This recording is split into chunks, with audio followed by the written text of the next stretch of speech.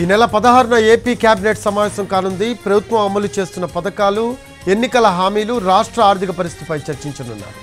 Vote on account ordinance పై మంత్రివర్గం చర్చించనుంది. కేంద్రం నుంచి వచ్చే నిధులను ఏ విధంగా సద్వినియోగం చేసుకోవాలి అనే అంశంపై సీఎం చంద్రబాబు మంత్రులకు దిశానిర్దేశం చేయనున్నారు.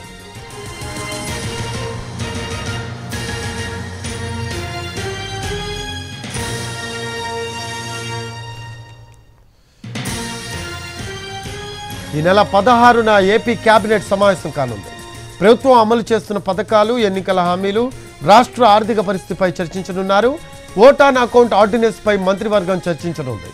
కేంద్రం నుంచి వచ్చే నిధులను ఏ విధంగా సద్వినియోగం చేసుకోవాలి అనే అంశంపై సీఎం చంద్రబాబు మంత్రులకు దిశానిర్దేశం చేయనున్నారు.